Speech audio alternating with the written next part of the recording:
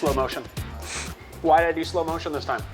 Because I'm here with Blake Resnick. I want you to really pay attention to this one.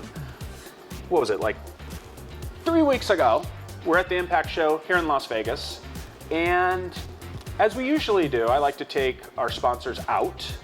What was going on? The chain smokers. Our buddy Alex, who's involved with IMA, great friend of ours, invited us over for a little fun, and we saw one of the best performances of the homegrown Las Vegas duet of chain smokers. And at the end, Alex was nice enough to invite the IMA crew up to his suite. And so we went up there, and lo and behold, I meet Blake Resnick, thanks in part to John Christian of the IMA. And I was intrigued by him, not because he's into drones, but look at his hair. It is epic, okay? Gets your attention, and it intrigued me enough to follow up with him. And we started a conversation. I realized, wow, this is a diamond in the rough and an incredible story that I look forward to sharing with you.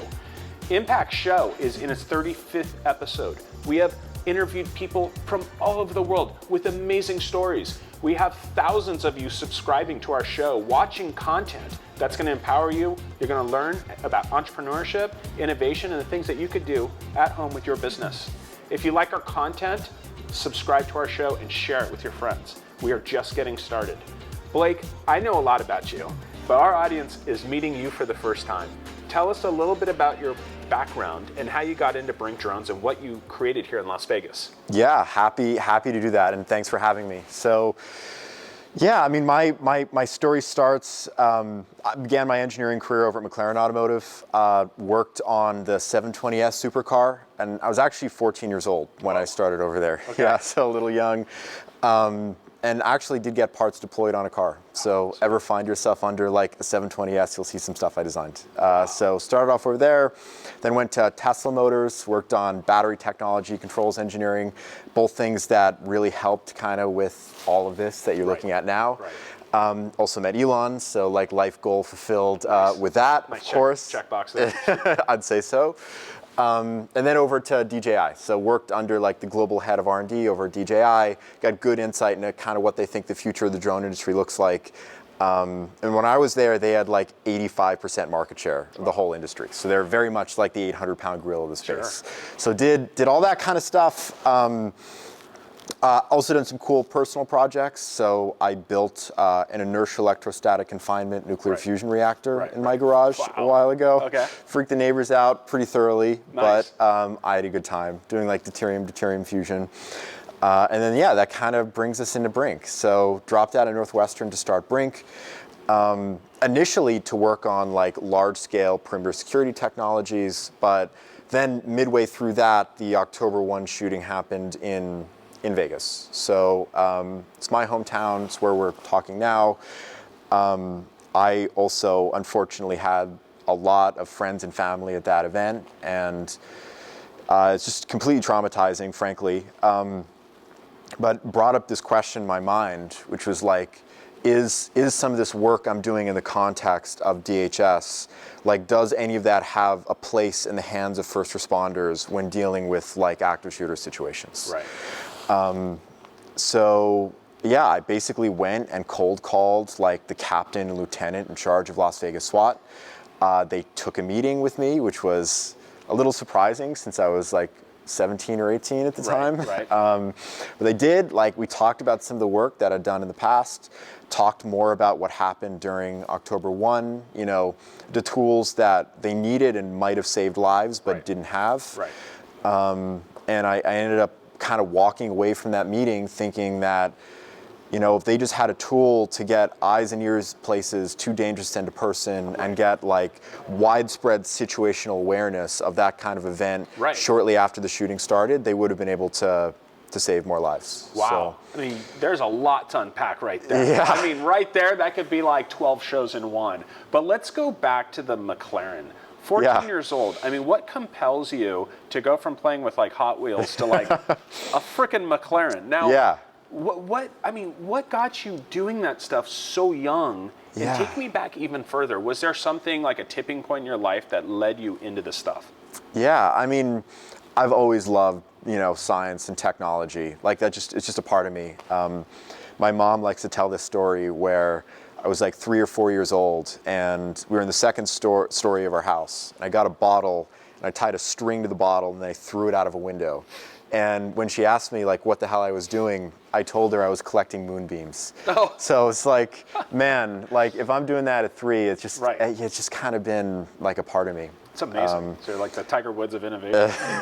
One thing, you might get a kick out of this. So my first exposure to McLaren was the McLaren showroom in Newport Beach, like right off Pacific Coast Highway. Nice. So like we were vacationing there and we were just walking along the road and we walked by the store and it just blew my mind. That's like awesome. The cars looked like fighter jets. I was always into kind of aerodynamics and building rockets and stuff. So seeing cars with like these huge aerodynamic intakes and all this stuff, like super cool, really got me going. And it's pretty awesome that your work led you to Tesla, a motor company. Elon, who's a great friend of ours, and we did an event with a few years ago in Orange County. Talk about an innovator and one that continues to grow. Just this week alone, they got a 100,000 car purchase order, putting them at over a $1 trillion valuation. And it just shows the scale and size of innovation. Think about that. Think about what is your Brinc Drones with your business? What's your Tesla innovation in what you're doing? Because innovation is not just the internet. It's not just web. It's not just digital marketing. It's really in how you do your business. And what was so compelling about what Blake told me about Brinc Drones is that this isn't a company where your model is just selling a product. You're like a SaaS business. Can you talk a little bit about the product and how you put that in the hands of law enforcement? Yeah, 100%. I mean, you know, kind of the broad ambition here is to make the police helicopter obsolete and bring all emergency response, no matter what, their response times to less than a minute. So that's really what we're trying to do here. And the way we want to do that is basically with this device. So, you know, a drone nest holding an aircraft that, you know, can be integrated with like 911 call taking technology, shot spotter technology for gunshot detection, Amber Alert systems, emergency medical, fire, all of this to kind of build this new like fundamental piece of emergency response infrastructure. And yeah, the way we want to price it is basically as a service. So we sign a contract with the city and they're able to use this type of technology for all of the emergencies that might occur. That is absolutely amazing. Think about what Blake said about when he reached out to the police chief in Las Vegas. What are you doing with your business? Who are you reaching out to? High risk is high reward. The worst you can hear is the word no or not interested. It's okay. It's a numbers game. Okay, that's how I built my career. You're going to get declines. It's okay, and you are going to get opportunity though. And when you have such an innovative product like this isn't just another billion-dollar company. Blake's actually saving lives. Can you talk a little bit about that first responder delta? Because those minutes are critical. I mean, look at, unfortunately, what happened here in town. That shooting actually happened during our IMA conference in 2017, in which we had several of our IMA members attending. Fortunately, no one was injured or no fatalities. But Todd Blyleven, who's one of our IMA members, was very much a hero that day. And we shared his story at our Impact 18 conference.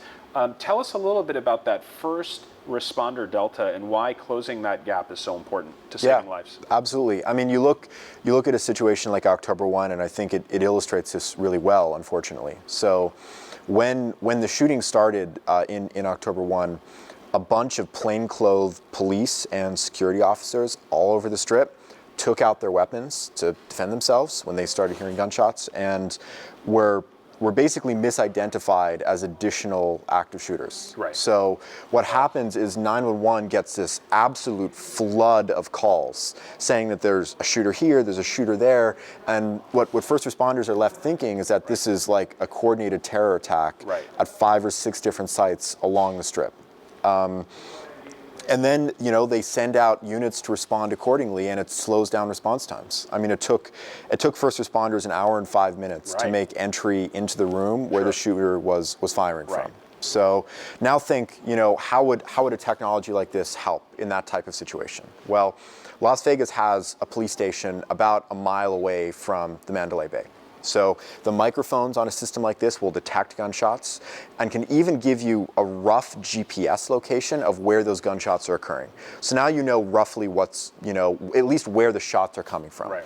The doors on this literally open up, drone launches, flies at 80 to 100 miles an hour to that exact location, and now 45 seconds after the first gunshot rings out, you know this is a lone gunman halfway up the Mandalay Bay shooting into the Route 91 Harvest Festival. And that information provided so quickly would have saved dozens of lives. It's amazing, and what an amazing timing. And you think October 1st, and this is a way that all those families and all the people who lost their lives, and even the people that survived whose lives have forever been changed, will always be remembered because of what you're doing. And it's a great way to share, this solution to prevent it from ever happening again. I mean, this is real stuff, you guys. So tell us a little bit about other applications. I mean, we get the active shooter. Yeah. Tell us about car chase. Tell us about, you get in a car accident, sometimes it takes first responders a while to get to you just because of where you're at.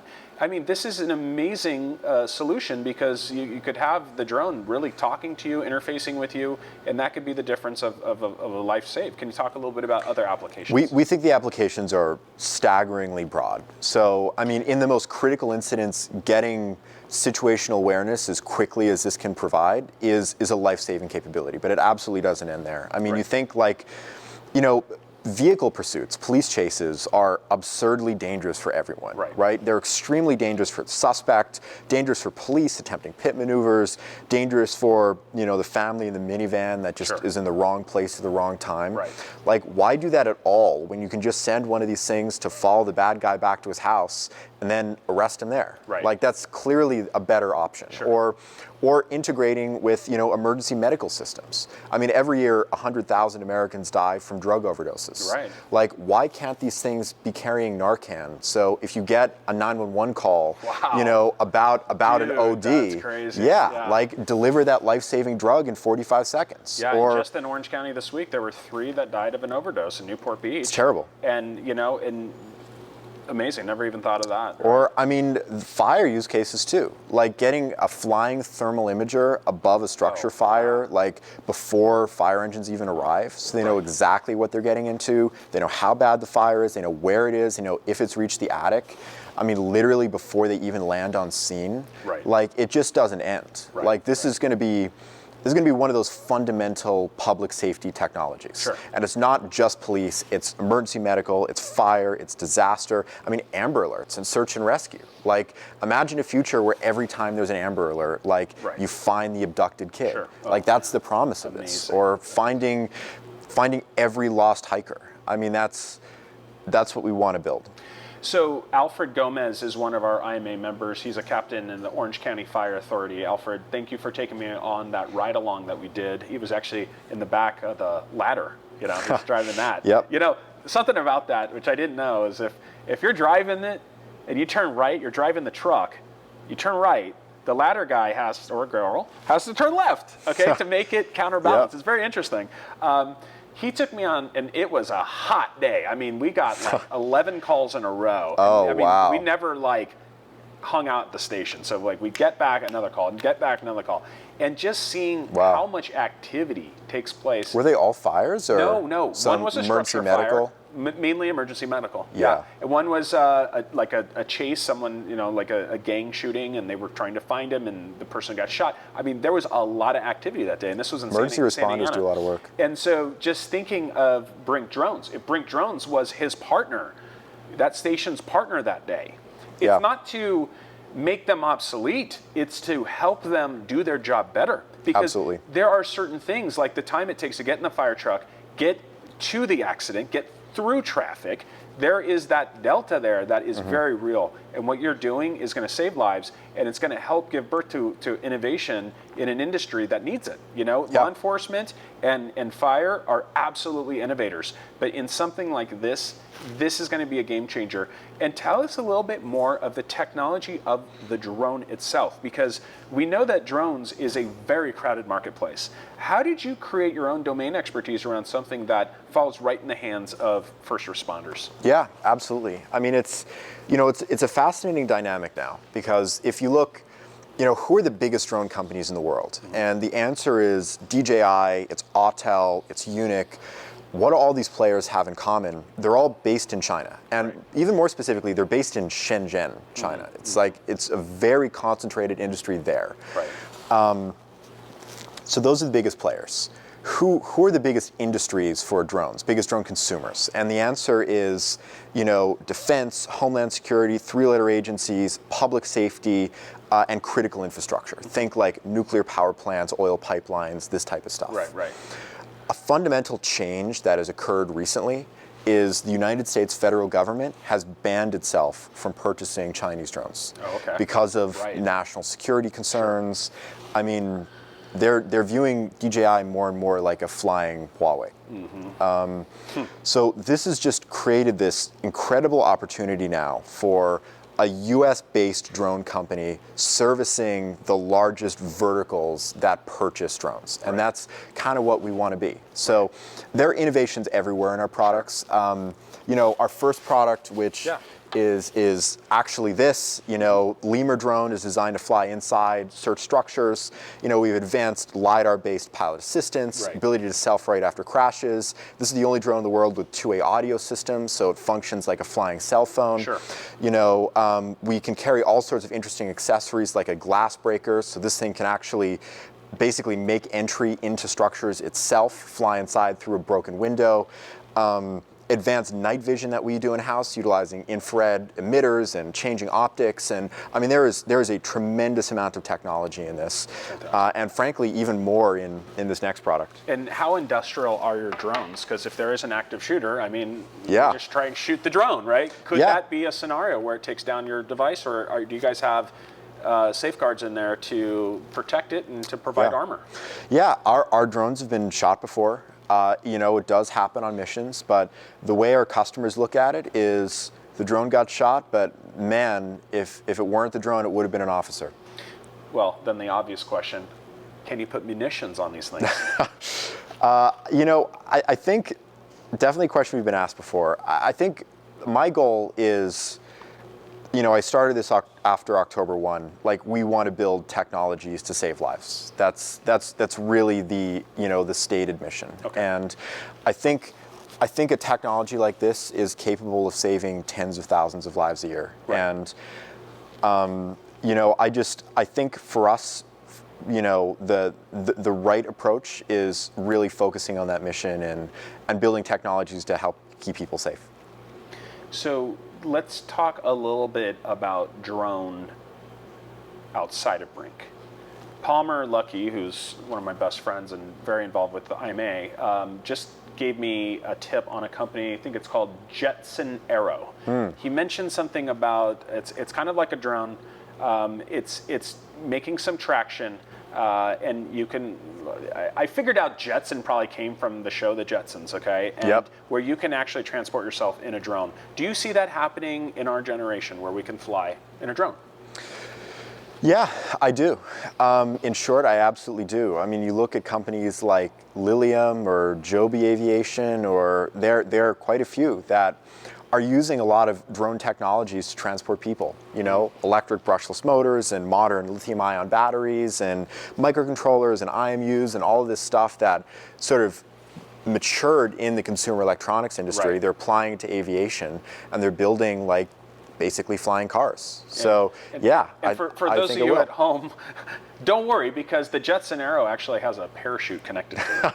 That's a good idea. Okay, so that way if you like kind of hit the wrong button or you can't fly, you can actually land safely. Another one would obviously be like consumer packaged goods and grocery, delivery, Amazon. Can you talk a little bit about that application, and is that something that's coming soon? It absolutely is. I mean, you look at companies like Amazon and Google, those are the two big players, UPS a little bit too, but Amazon has spent many billions of dollars, probably not far from $10 billion now, developing their package delivery drone service. Right. They have thousands of engineers working on it. The product is mature, they're doing testing. I think it's going to happen.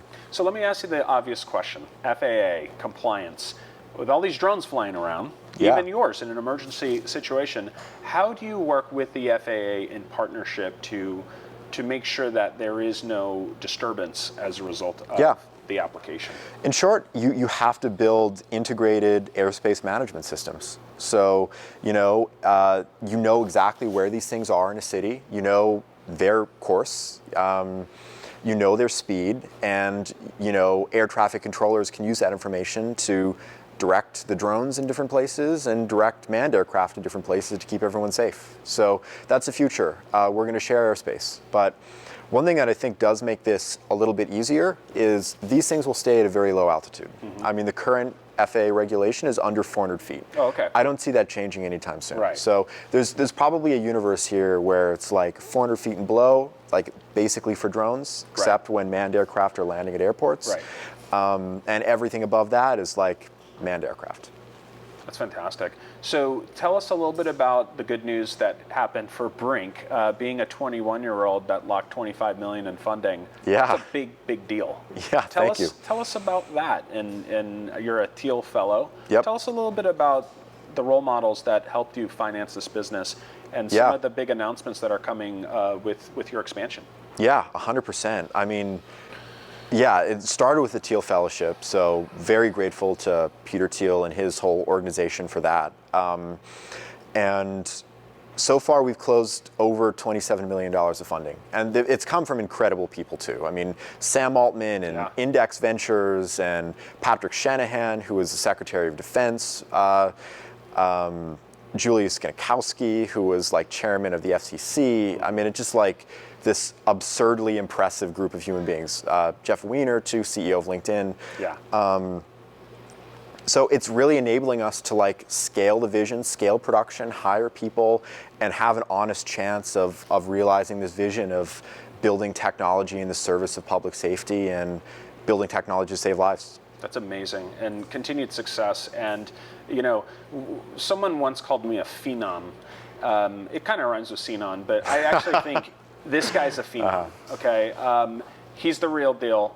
It's the reason why I created Impact Show, was to break stories, break the mold of announcements. And it's amazing how this is going to start a propeller blade of coverage for Blake and Brink, and I'm so excited. I think hanging around with Palmer, I gave a joke last night at an event. I have this AI and machine learning in my brain on predicting people's outcomes, and I've met Blake for the first time today. And even though we saw each other at an event, I knew instantly that he was the real deal. You have a great aura about you. Thank you. And we have thousands of entrepreneurs that are watching this right now, wondering how do they become like Blake? How do they raise money? How do they take risks? And what advice do you have for the entrepreneurs watching at home to create impact in their life and to create a Brinc Drones? What are your thoughts on that? Yeah, I mean, it's really just a matter of like pain tolerance. Like I think pain tolerance, yeah. I'd say that's probably right up there. Yeah. Because early on in any venture, you're going to make missteps. Like it's not all going to work out. Right. Sometimes that happens for years. Mm-hmm. I mean, that was the case for Brink. Like we did not. Our first several years in business, it was me working out of my living room, just failing nonstop for like 2 or 3 years. Right. That is hard. It is hard to work alone and have no traction for multiple years. But I think the most common method of like companies failing is just people stopping trying. Right. Like just like giving up. Sure. If you just completely refuse to give up, it is astonishing how far that will take you. Right. Tell us, in your darkest time, your biggest failure, in that time where you felt like the lights were off and you just felt like giving up. Yeah. What did you do, or how did you do to overcome that adversity in your life? How did you get through that moment? I'm not sure I have a good answer. I mean, it's just, I think you just have to put yourself in a mindset where it's like, no matter what happens, I'm going to keep going. Right. Like, I just do not care. I am not going to stop. Like, the world will not stop me. Right. Like, you just have to keep going. Tell us a little bit about Brinc Drones' future. What does the next 3 to 6 months look like to you guys, your geography, your things like that? Well, lots of hiring. So one big change, you know, I started the company in Vegas. It's my hometown. Sure. We're never going to leave. We're always going to have a presence in Vegas. Beautiful. But, you know, we do have to hire a lot of engineers. Sure. And there are not many engineers in Las Vegas. Okay. So, yeah, that started a national search. I looked all over the country. I ended up deciding that Seattle was the right place. Awesome. And the reason why is just an incredible concentration of companies that are relevant to what we want to build. 100%. Think, you know, Boeing and SpaceX and Aerojet Rocketdyne and Microsoft, Amazon, Apple, you know, HoloLens, Oculus, Xbox, like all these organizations are just right there. Yeah. So it's like, what an incredible pool of talent to pull from. What a brilliant move for you, and continued success. And this is a very special city. And to Blake's parents that are probably watching this, I also want to say what a great son you've raised. And I know you have a younger sister too. You should be really proud. I get to meet amazing people through my life, but to see this happening at a 21-year-old's, I don't see it a lot. So continued success there, and it's those sort of values that we invest into with all the work that we do. So continued success. Blake's going to give us a demo of his new product, which I'm very excited to share with our audience. And this is the kind of stuff we do on Impact TV. So I appreciate you for watching this show. You're going to hear a lot about Blake Resnick, and I'm so excited to be the one to crack the egg and introduce you to the world. So thank you, Blake. Really enjoy this, and thank you for having me. Really. Okay, cool. Yeah, let me show you a demo of this thing. So we'll go ahead and start it up. So basically the thought here is that boxes like this, basically drone nests, would be on top of every police and fire station in the world. And then you would integrate these systems with 911 call taking technology, Amber Alert systems, gunshot detection tech, you know, emergency fire, medical, all of the above. So if an emergency does occur in a city, one of these things takes off and can help respond to that emergency. So this is a technology that we think can save tens of thousands of lives across all sorts of verticals in public safety. So what just happened there was some electrodes pulled off from the back of the drone. So this thing was actually charging the aircraft. Now in a normal mission, this thing would literally launch and fly to help keep people safe. When it's done, it'll come back to a base station, land somewhere inside of the base station, and then basically this mechanical pusher system would come, and if there's any landing inaccuracy, help sort that out. So you'll see that happen right now. And then when the drone is placed back into the center of the nest, those charging arms will pop back up and start recharging the drone. Basically prepare it for its next mission. So what we're going to go ahead and do now is just demonstrate like how durable this thing is and what it does if it does crash so hard that it ever ends up on its back. So yeah, let Dimitri take it away and pilot this thing.